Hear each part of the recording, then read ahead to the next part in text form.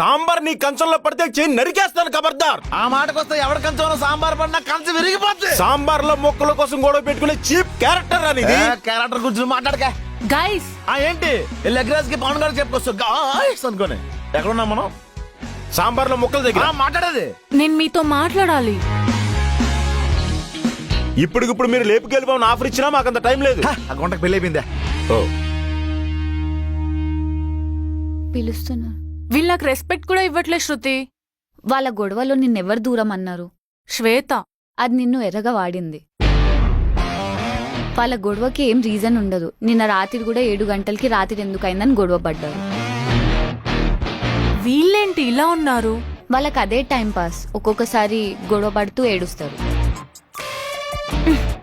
Prasad